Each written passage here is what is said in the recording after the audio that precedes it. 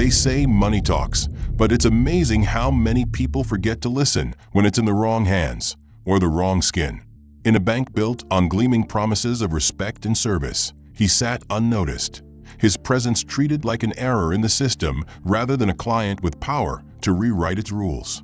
Conversations dropped to a hush heavy with polite disdain. Staff exchanged glances that asked if anyone would dare say what they were all thinking. But they didn't know the truth. They didn't know the quiet man they tried to erase wasn't there to ask for anything. He was there to decide their fate. This isn't just another customer service complaint.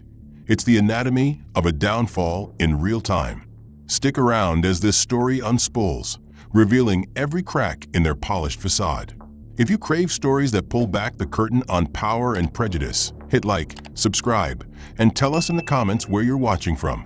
We want to hear your thoughts on every twist. Dorian Mercer pushed open the tall glass doors of Hale & Company, Private Wealth Management, immediately swallowing the scent of leather furniture, fresh brewed coffee, and air conditioning set a few degrees too cold to make sure everyone stayed alert and uncomfortable. The lobby was curated to scream exclusivity. Oversized paintings of gold vault doors lined the walls, polished marble floors reflected brass chandeliers, and hushed voices hummed in conspiratorial deals that sounded important even if they were just about hedge funds and family trusts. He had arrived 10 minutes early for his 10:30 appointment with Gregory Hale, an appointment he had confirmed twice on the phone with Lydia Crane, the assistant manager who sounded as curt and professional as she had to be to keep her job. Dorian wore a tailored charcoal suit, his shoes shining so much they looked wet, and a black silk tie he'd chosen carefully because he'd been taught you should dress like you're about to command the room. He stepped forward, determined to carry himself with quiet confidence. But the moment the door shut behind him and the chime sounded, conversation in the lobby didn't just die. It collapsed. Heads turned. Eyes scanned him. Conversations dropped to hissing whispers. Dorian felt every gaze crawl over him, questioning what he was doing there, like a guard dog scenting the air for trouble. He ignored it as best he could, crossing to the massive mahogany reception desk. The young woman behind the monitor flashed a brittle smile that fell off her face the second she looked at him. "Good morning," Dorian said, voice smooth but firm. "Dorian Mercer. I have a 10:30 with Mr. Gregory Hale." She blinked, slow, studying his face, then his skin, then the perfect cut of his suit that somehow didn't matter anymore. She picked up the phone without saying a word to him and punched an extension, turning just enough to signal he wasn't worthy of a private tone. He heard it clearly. "Yeah, there's a guy here. Says he's got an appointment." "Uh-huh. Name's Mercer." She paused, her gaze flicking up and down him again. Then she added in a voice that went from cautious to smug, "Yeah, looks like he walked in off the street." Dorian's jaw clenched. The words hit him square in the chest. He held up his phone, thumb hovering over the glowing email confirmation. But she didn't even look at him when she hung up and muttered, "Have a seat." He turned stiffly and sat in the waiting area. It was all expensive leather chairs that squeaked if he shifted. Coffee tables stacked with investor magazines, full of people who looked nothing like him.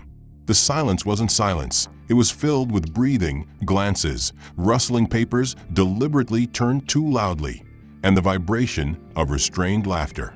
A silver-haired man in a navy pinstripe suit folded his newspaper like a guillotine blade and gave Dorian a glare that suggested he'd tracked mud on the rug. The conversation fell silent instantly. All heads turned his way, a mix of surprise and thinly veiled annoyance. The receptionist's eyes widened, her mouth twitching in confusion as he approached the desk again. Dorian ignored the stares boring into him like hot nails and planted himself in front of her. He held up his phone, the appointment confirmation bright on the screen. "I have a confirmed appointment," he said, voice shaking but forceful. 10:30 with Mr. Gregory Hale. "I'm not leaving until he honors it." She hesitated, glancing toward the back office hallway, as if wishing she could disappear. Before she could say anything, Gregory emerged, his face already twisted into irritation. "Oh, you're back," Gregory said, drawing out the words like they were sour. Dorian turned to face him fully, raising his phone higher. "I have the confirmation here. Your office scheduled this with me." Twice. Gregory let out a short bark of a laugh, striding forward until he was too close for comfort. He snatched the phone from Dorian's hand without asking, squinting at the screen with exaggerated disdain. "Don't play tech-savvy with me," Gregory said loudly, ensuring the entire room heard him. "Our schedule is for real clients." With that, he tossed the phone back at Dorian like it was garbage. It bounced off Dorian's chest before he caught it, his fingers trembling. His eyes stung, but he refused to let the tears fall. A hush fell over the lobby. Even the rustling of newspapers stopped. No one pretended not to watch now. They were rapt, enthralled by the scene like it was some sordid reality show. A middle-aged man in a crisp blue suit gave a low, mocking whistle. A woman in designer heels covered her mouth, not to hide shock, but to smother a laugh. Dorian's breath caught in his throat. He stared at Gregory, who sneered openly, the expression twisting his face into something cruel and delighted. Dorian swallowed hard. His voice cracked as he tried again, quieter this time. "Please, I'm not here to cause trouble. I'm a client. I just want the appointment I scheduled. That's all." Gregory turned away for a second, as if bored, then whipped back around with theatrical exasperation. "Security," he bellowed, so loud it echoed off the marble and glass. "Get in here and do your job. Escort him out if he won't leave." The receptionist jumped, fumbling with her headset. The security guard, Jared, a hulking presence in a dark blazer, stepped forward with military precision, the sole of his black boot squeaking on the polished floor. Dorian tried to take a step back, but found his legs locked. Jared approached until they were almost chest to chest. His voice was a low growl meant only for Dorian, but not quiet enough to keep others from hearing. "Let's not make this worse than it has to be. Time to go." Dorian opened his mouth to protest, but his voice cracked uselessly. He could see everyone watching, the pearl-wearing women with their predatory smiles, the man in the pinstripe suit with folded arms and narrowed eyes, the young couple in the corner who were filming with their phones, no doubt for their friends to laugh at later. Gregory clapped his hands together once, the sound sharp like a gunshot. "Problem solved," he announced to the room, smirking. "We can get back to real business now." The laughter was quiet but unmistakable. Dorian felt every bit of it. He felt small, smaller than he'd ever felt in his entire life. His face burned with shame, with humiliation so deep he thought it might hollow him out. This time, however, it wasn't Gregory who met him at the front. It was Lydia Crane, the assistant manager. She was shorter than Gregory, but somehow even sharper, with her blonde hair in a tight bun and her tailored navy dress that seemed designed to say, "I'm in charge here." She intercepted him with a step that blocked his path like a lock gate.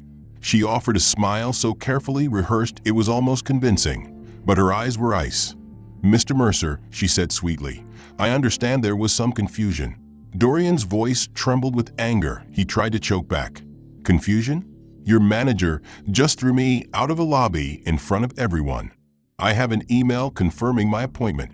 He held up his phone again, the screen shaking slightly in his grip. Lydia's eyes flicked to it, but didn't linger. She kept her smile frozen in place. "Let me see that." He handed it to her, hope warring with fury in his chest. She scrolled, tapping with a single manicured nail. Then she gave a small, condescending sigh. "You see, Mr. Mercer," she said, her voice dropping slightly as if sharing a secret. "This happens sometimes. People misread these confirmations." Dorian's jaw dropped. He felt words scrape the back of his throat. "Misread." Lydia clicked her tongue sympathetically. "Yes, happens to some people." She said it slowly, the emphasis unmistakable. A heat flashed through Dorian's body, so fast it made him dizzy. He couldn't believe what he was hearing. He forced himself to breathe. "I want to speak to someone in corporate," he managed through clenched teeth. Lydia's eyebrows shot up in mock surprise. "Corporate." Her voice lifted with theatrical amusement. She turned her head just slightly, making sure the lobby heard every word. "Oh sure, we'll forward your complaint to spam." A few muffled chuckles broke out from nearby chairs. Dorian felt them like punches. He blinked rapidly to keep tears from falling. He tried to take the phone back from her, but she handed it over lazily, dropping it at the last second, so he had to scramble to catch it before it hit the marble floor. He heard someone laugh outright then, an ugly sound that filled the cavernous lobby. Lydia's smile didn't budge. She folded her hands in front of her, posture perfect.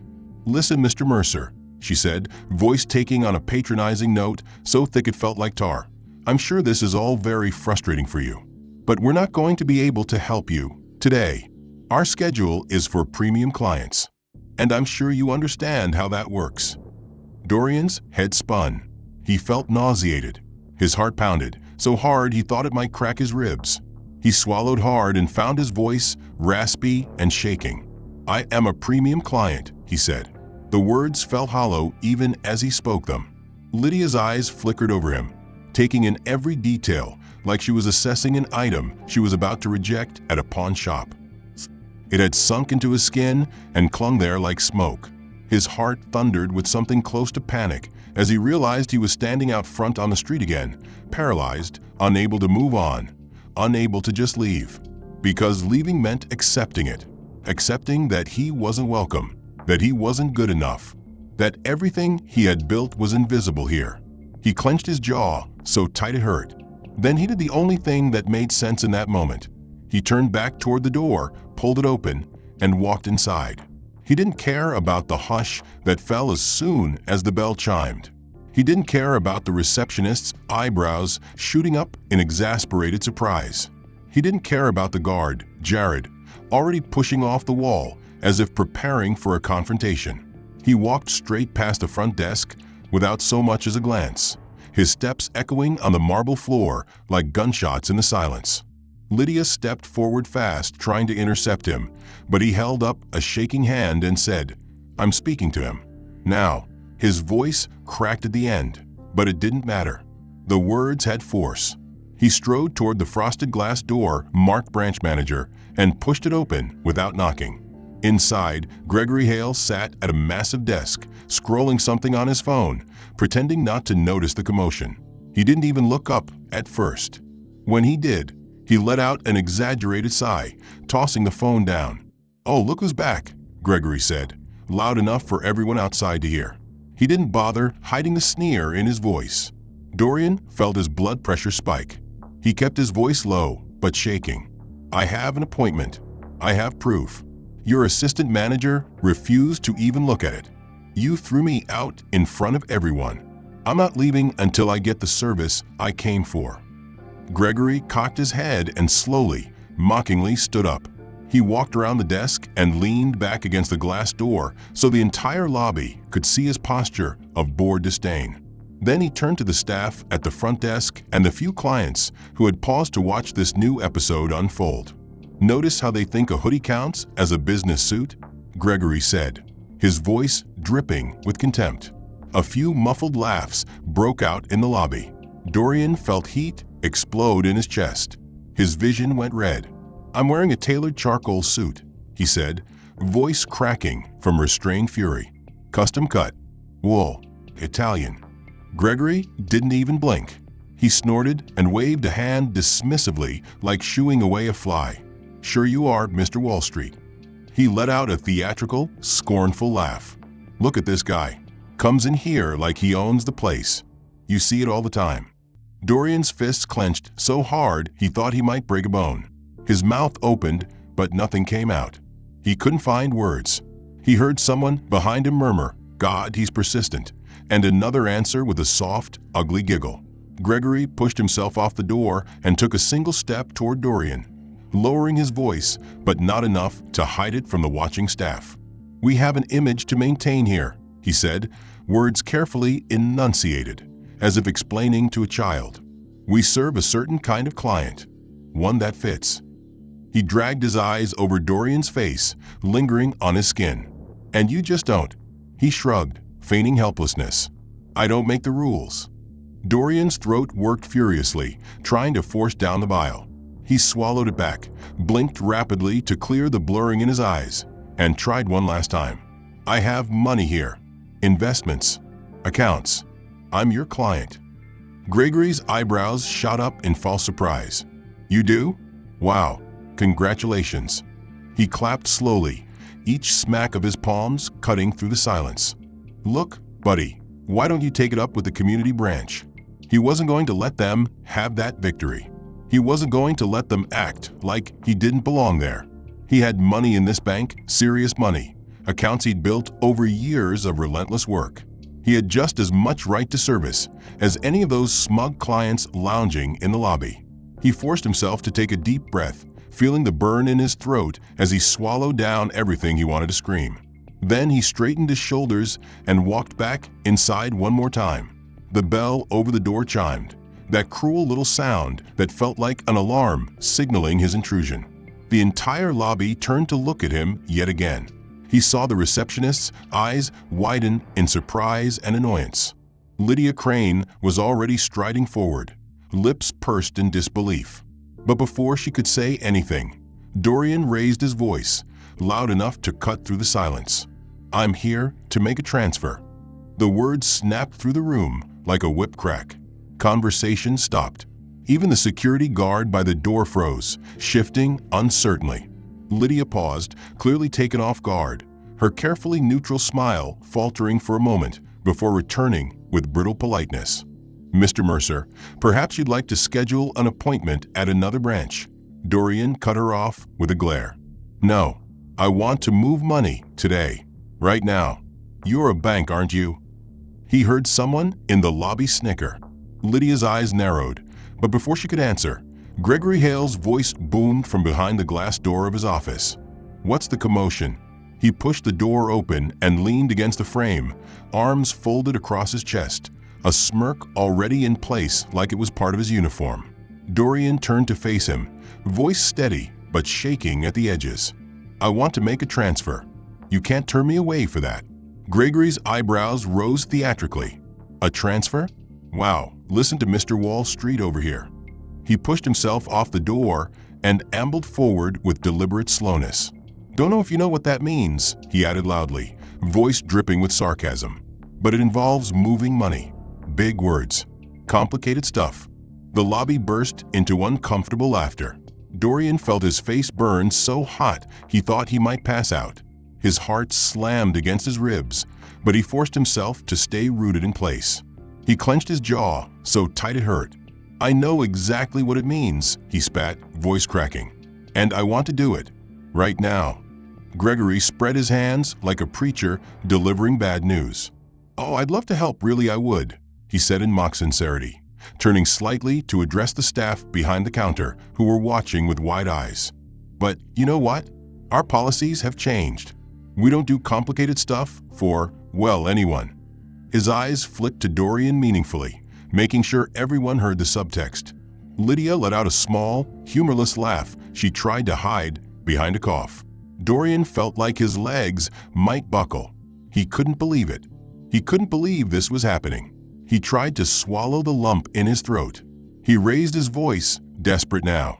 "I have accounts here. Significant accounts. I've been a client for years." Gregory gave a slow, sarcastic clap that echoed in the marble chamber. "Oh well, la-dita. Years, you say? My. Guys, we better roll out the red carpet." He turned to Lydia and the receptionist, both of whom were barely containing their laughter. "Get the man a juice box while we're at it. Maybe a coloring book so he can understand the forms." The room dissolved into giggles. Even the security guard cracked a smile. Dorian's hands trembled so badly he nearly dropped his phone. He couldn't speak. Dorian Mercer stood outside Hale and Company, shoulders slumped, chest heaving as he tried to calm the hurricane raging inside him.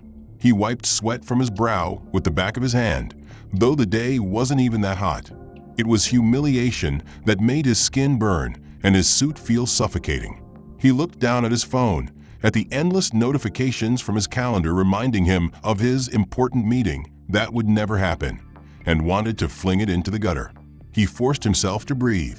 He was shaking with rage, but also with a kind of bottomless sorrow he couldn't explain. He had spent his entire adult life building his reputation, his career, his investments. He had thought money would be a shield. Now it felt like a joke. He couldn't let this be the end. He couldn't let them win. He couldn't let Gregory Hale have the final word. He took a deep breath, clenched his jaw until it ached, and walked back inside the bank once more. The bell over the door chimed, a sound that now felt like a siren warning everyone that the show was about to continue. The receptionist didn't even try to hide her eye roll this time. Lydia Crane's expression soured instantly as she pushed herself away from the counter, moving with that rigid, performative calm that said she couldn't wait to get him out of there. Security guard Jared tensed visibly, straightening his jacket and watching Dorian like he was about to rob the place. Dorian ignored all of them. He went straight to the line for the tellers. He wasn't going to beg for service anymore. He was going to demand it. But before he could even take 2 steps forward, Gregory's voice rang out, cutting through the lobby like a blade. "Jared," Gregory called, not even looking up from his phone as he leaned against the door to his office. "Just keep him away from the teller line, would you?" Jared moved instantly, intercepting Dorian with a big hand placed firmly on his chest. Dorian recoiled in shock, his mouth falling open. "I'm a client," he said, his voice shaking with fury. "I have accounts here. You can't just bar me from a counter." Jared didn't even blink. "Please step back, sir." Dorian's heart hammered wildly. He tried to sidestep, but Jared shifted with him, blocking every move. Gregory finally looked up, eyes flicking over the scene with smug satisfaction. "You heard me," Gregory said lazily, addressing the lobby as much as Dorian. "We have to be careful these days. Don't want anyone causing trouble." The implication was clear, ugly, and no one pretended not to hear it. The room fell silent. Some clients tried to look busy with their phones. Others watched openly, satisfied or curious. Dorian swallowed hard, feeling his face burn hotter than the sun outside. He opened his mouth to protest, but found no words that would make sense here. That would matter. He felt like he was drowning. Then the door swung open behind him, and relief surged for the briefest moment. It was his assistant, Elijah. Young professional, his suit slightly rumpled from rushing across town. Elijah's eyes were wide with worry as he hurried forward, a thick folder clutched in his hand. "Mr. Mercer," Elijah said, breathless, "I have the full portfolio printouts, the balances, the transaction histories, everything they need." Dorian reached for the folder with trembling hands. Elijah's voice cracked as he added, "They can't refuse you now, sir. It's all here in writing." Dorian swallowed back a sob of gratitude and turned to present it, forcing his shaking voice into something steady. "Look, this is everything.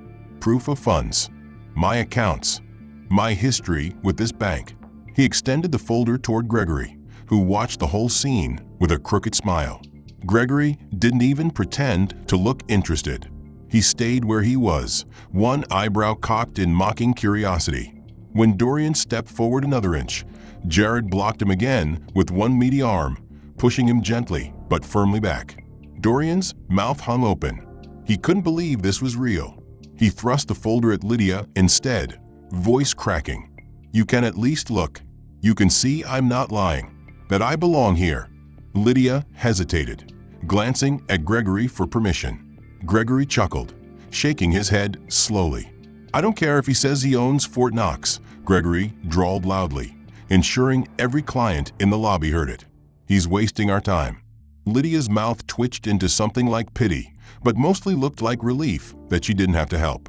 She stepped back behind the counter, eyes dropping to her computer, as if he had ceased to exist. Elijah's face fell, the hope dying in his eyes as he realized no one was going to take the folder. Dorian felt his knees threaten to give out. He felt the room tilt. He tried to breathe, but each inhale came ragged and too fast.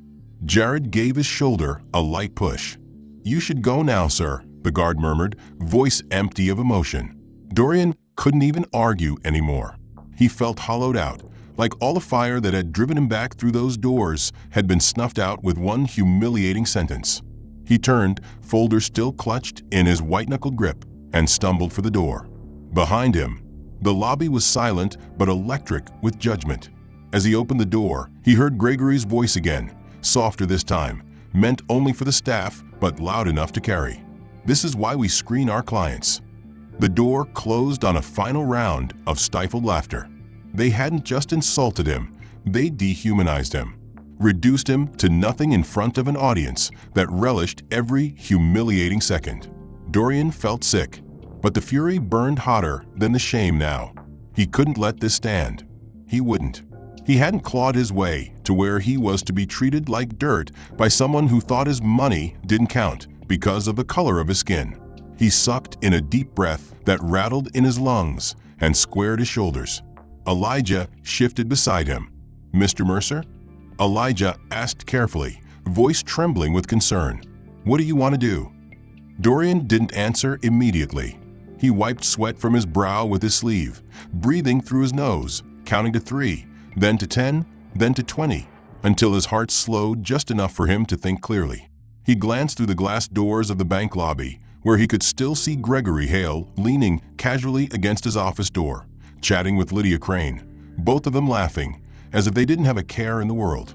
It was like they had already forgotten him, discarded him like trash.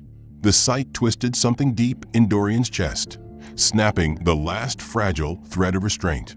He inhaled, let it out slowly, then turned to Elijah with eyes that felt like they were burning holes in his skull. "Stay here," he said, voice low but firm. Elijah blinked, confused. "Sir?" But Dorian was already moving. He pushed the door open, the bell chiming like a taunt, and stepped back into the lobby for what felt like the 100th time that day. Conversation died immediately. Heads turned again and again, expressions ranging from amused anticipation to open disdain. The receptionist's mouth dropped open, clearly unable to believe he was back again. Lydia Crane's smile turned brittle, fake sweetness giving way to a sour grimace. Gregory Hale let out a theatrical sigh, shaking his head in exaggerated disbelief as he pushed himself off the door frame. "You just don't know when to quit, do you?" Gregory said loudly, ensuring everyone heard. "Jared, make sure he doesn't get near the counter again." The security guard, already tense, shifted forward, hand hovering like he couldn't wait to grab Dorian's arm. But Dorian didn't flinch. He didn't move toward the counter. He didn't even look at the guard. Instead, he pulled his phone out of his pocket with steady, deliberate care. He unlocked it with his thumbprint, scrolled to his favorites, and pressed a single button. The phone rang once, twice, then connected. He hit speaker so the entire room could hear. The voice on the other end was crisp, professional, but unmistakably deferential. Leon Richardson speaking. Dorian didn't even hesitate. His voice was low and calm, the kind of calm that was more terrifying than screaming. "Leon, it's Dorian Mercer." He paused just long enough to watch the staff exchange uneasy glances. Gregory's smirk flickered. Lydia shifted nervously behind the counter. The receptionist's fingers froze over her keyboard. "Mr. Mercer," Leon said immediately, voice tightening with urgency. "Are you all right? What can I do?" Dorian's eyes never left Gregory's. "Move all my accounts," he said, voice even and ice cold. "Every cent. All $3 billion. Move it out of Hale and Company by close of business today." The silence was so total you could hear the hum of the air conditioner. No one moved. No one even breathed. Lydia's mouth fell open. The receptionist dropped her pen with a clatter that sounded like a gunshot in the quiet. Gregory's face went pale, color draining so quickly it was almost funny if Dorian had felt like laughing. But he didn't. He didn't even blink. Leon's voice on the speaker crackled with urgency. "Yes, sir. Right away. I'll execute the transfer immediately. The CEO is on the line now, waiting to speak with you personally." His face drained of color, so fast it seemed like someone had pulled the plug on his blood supply. He stood there gaping at Dorian, mouth opening and closing without sound, like a fish out of water gasping for oxygen in a place it didn't belong. Dorian didn't blink. He didn't smirk or raise his voice or do anything that would cheapen the moment. He just held the phone in front of him like a weapon made of pure truth, the speaker still live for all of them to hear. Leon's voice crackled with urgent authority on the line. "Sir, I'll execute the transfer immediately. Are you sure you want to move the entire balance today?" Dorian's eyes didn't leave Gregory's, watching the man twitch like an insect pinned to a board. He felt none of the humiliation or fear that had consumed him all day. All of that was gone now, burned away by the clarity of this moment.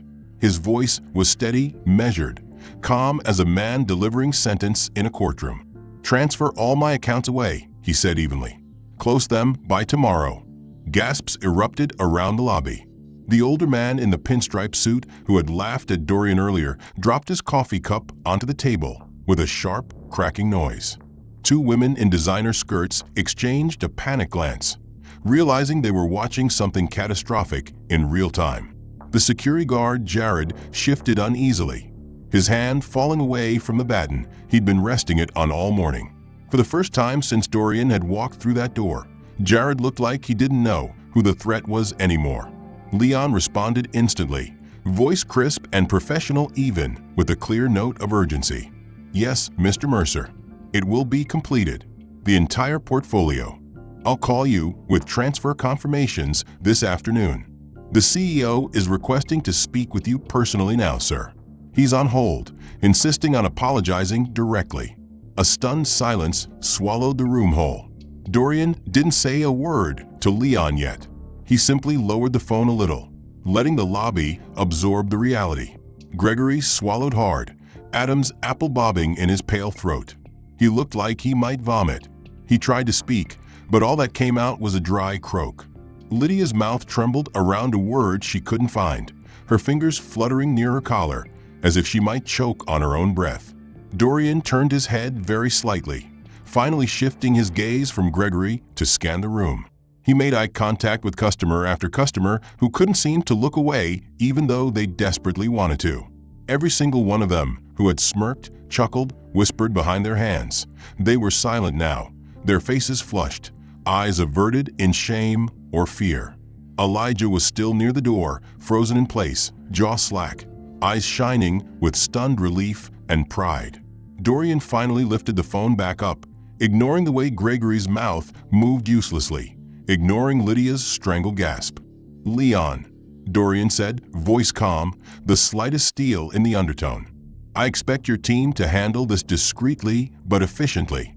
I want them to know exactly why the funds are moving." Leon didn't miss a beat.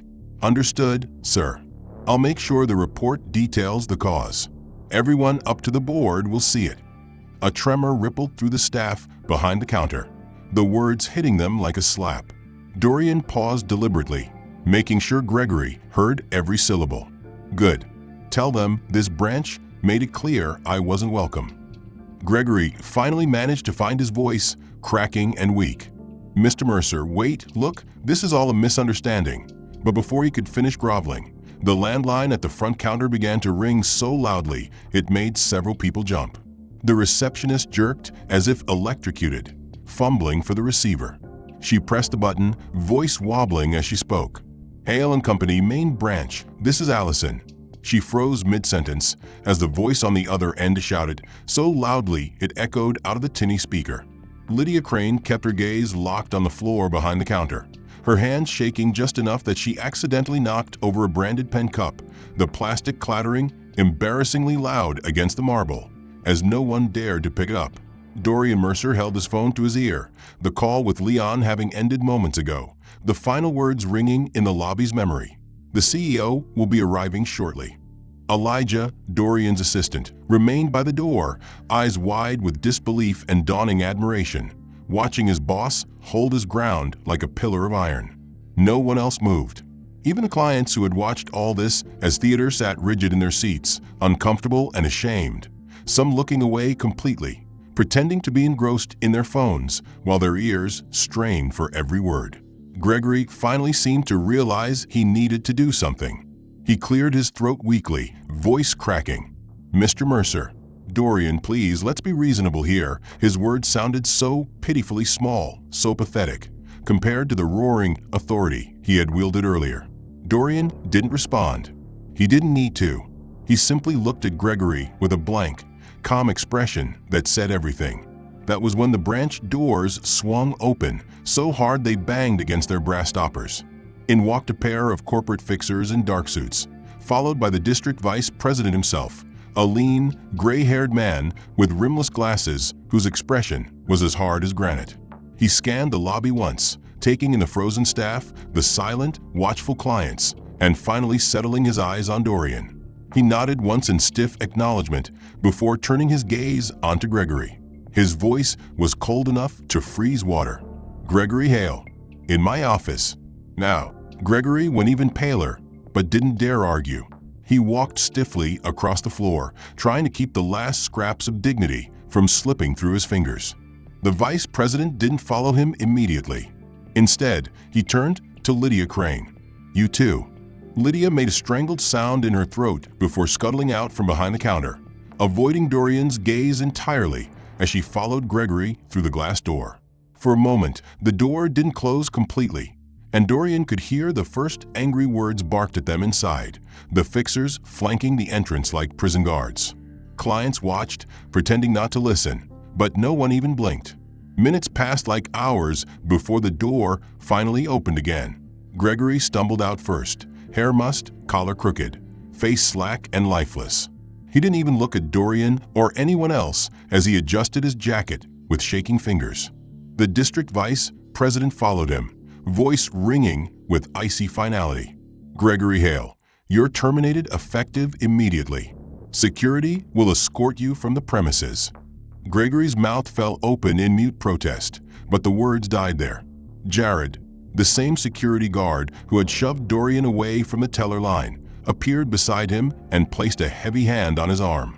There was no friendliness in the gesture. Gregory tried to shake it off with a last spark of arrogance, but Jared squeezed tighter and guided him firmly toward the door. The lobby watched in total silence as Gregory Hale was escorted out of the branch he had ruled like a petty tyrant for years, his shoes scuffing the marble in graceless shuffles.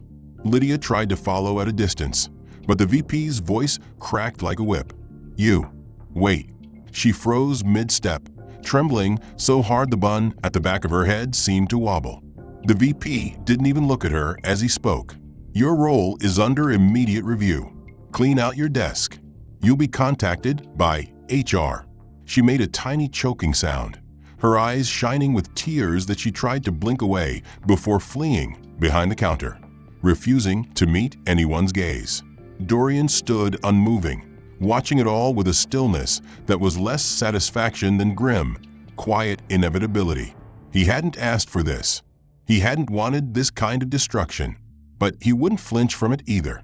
The fixers began talking in low voices with staff, taking notes, checking computer terminals. Months passed after that unforgettable day at Hale and Company when the air itself seemed to crack with the tension of consequences finally delivered.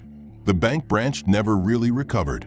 Even after the corporate heads rolled, even after a carefully scripted apology was sent out to every VIP client with the CEO's signature at the bottom, the damage was done. News outlets picked up the story. Bloggers dug deeper, unearthing other complaints that had been quietly buried over the years. Social media scorched the brand with hashtags that trended for days. The branch eventually shut its doors for renovations, according to the press release. But everyone knew the truth. For Dorian Mercer, though, it wasn't about victory laps. He didn't want a trophy for winning this ugly fight. He didn't want to see the ruin of other human beings for the sake of revenge. What he wanted, what he hoped, was that it would mean something, that it would change something. And in ways big and small, it did. Word spread among black professionals in the city that they didn't have to swallow humiliation in silence. Other banks quietly reassessed their client service training. Even Dorian's own wealth advisor began offering courses for underrepresented communities on financial planning, using his experience as the rallying cry for why it mattered to know your worth and your rights. But change wasn't just out there in the corporate PR spin. It reached the people who'd hurt him most directly too. Gregory Hale, once so puffed up with self-importance, spent weeks ducking interviews and deleting social media accounts as the scandal followed him everywhere. His name was burned into search results with words like racist, bigot, disgraced. No bank in the city would touch him, not even the small credit unions that prided themselves on taking in everyone else's cast-offs. At first, he raged against it. He drank too much. He shouted at his wife. He blamed cancel culture and wokeness and anything else that would let him off the hook. But that didn't fix anything. When he finally hit rock bottom, alone, humiliated, blackballed from the only industry he'd ever known, he sat in his cramped apartment at 2 in the morning and replayed every second of that day at the branch in his head. He remembered the look on Dorian's face. Not just the anger, but the raw hurt. The way his voice had cracked. The way he'd been forced to defend his right to even stand in that lobby. It haunted Gregory more than he ever admitted to anyone. One afternoon, he showed up at a local community center downtown with nothing but an old briefcase full of battered financial planning binders. The director didn't recognize him at first. He stood there, twisting his wedding ring on his finger, cheeks flushed with embarrassment, and mumbled something about wanting to volunteer. For weeks he taught basic budgeting classes to young people who had never heard anyone explain how credit worked, how predatory loans destroyed lives, how to spot scams. He didn't brag about who he used to be. He didn't dare. He just showed up every Thursday night, sat on those tiny chairs meant for teenagers, and tried to be useful. Sometimes he lay awake at night, remembering the day security had marched him out of his branch, feeling that wave of heat rising in his neck, the mortification of the lobby's silence as they watched us fall. But worse was the memory of that smirk he'd worn as he humiliated Dorian. That haunted him most. He didn't pretend it redeemed him, but he didn't stop trying. Lydia Crane's fall was less dramatic, but no less devastating. She'd stayed on just long enough for corporate to strip her of every real responsibility, letting her watch from behind her tiny new desk as panicked customers lined up to close accounts. HR forced her into mandatory review, which meant sitting in humiliating one-on-one sessions with people half her age explaining customer rights and bias training she had once mocked. When the branch closed, she sent out hundreds of resumes, each with fewer responses than the last. It took her months to find work again, and even then it was a lower role at a competing bank known for its intense diversity recruitment. She hated that part at first. She thought the training was condescending. She thought the lectures about privilege were designed to make her feel like dirt. But as the months passed, she listened. Not because she wanted to, but because she had to. Her paycheck depended on it. She heard stories from clients she once would have dismissed about how many doors had slammed in their faces, how many times they'd been asked to try a different branch. She realized she had sounded just like that, in front of a lobby full of witnesses, proud of humiliating someone for daring to expect equal service. One morning, during an internal DI seminar she had to attend, Lydia was asked to share an experience where she had failed a client. She hesitated, so long everyone turned to stare. Finally, she swallowed the lump in her throat and told them about Dorian Mercer. She didn't spare herself. She told them exactly what she'd said, how she'd laughed along with Gregory, how she'd treated the confirmation email like a joke and humiliated a man who had done nothing but try to be seen. When she finished, the room was silent. No one clapped. No one smiled. But afterward, a new hire from customer service approached her with tears in her eyes and whispered, "Thank you for saying that out loud." Lydia never forgot that moment. She didn't see herself as a hero. She knew she'd have to live with the shame forever. But she used it. She volunteered to mentor new hires on inclusive customer service. She sat on panels about bias in banking. She started every session with her own failure story, never letting herself forget. And somewhere out there, Dorian Mercer lived his life not with a sense of petty triumph, but with the knowledge that he had forced the world, at least this little corner of it, to see him. That he had proven his worth beyond a shadow of a doubt. And maybe, just maybe, made it a little harder for someone else to be turned away at the door. The end. If you enjoyed this story and want to see more powerful narratives that tackle injustice, please consider liking and subscribing to stay updated. I'd love to hear what you thought of the plot. Did the twist surprise you? Did the ending feel satisfying and meaningful to you? Share your thoughts in the comments. Also, let me know where you're watching from. It's always incredible to see how many different places our audience calls home. Your feedback and engagement help us bring you more stories that matter. Thank you for being part of the conversation.